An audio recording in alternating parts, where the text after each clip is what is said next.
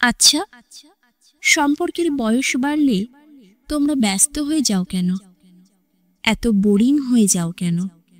রোজ নিয়ম করে কিছুক্ষণ ভালো মন্দ কথা বললেই এতেই শেষ?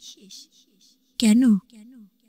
মাঝে মধ্যে হুটহাট কল দিয়ে বলতে পারো, আমি তোমাকে মিস করছি, তোমার কথা খুব মনে পড়ছে।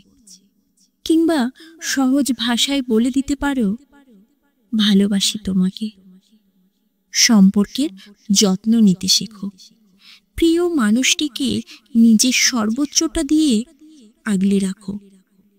সম্পর্ক ভাঙার সবচেয়ে বড় কারণ হলো অবহেলা।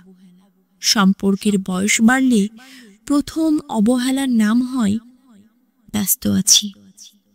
সময় থাকতে কদর করো, হারিয়ে ফেলার পর কখনোই তার ফিরে পাবে না। আফসোস তোমার সমুদ্র সমান হলেও নয়।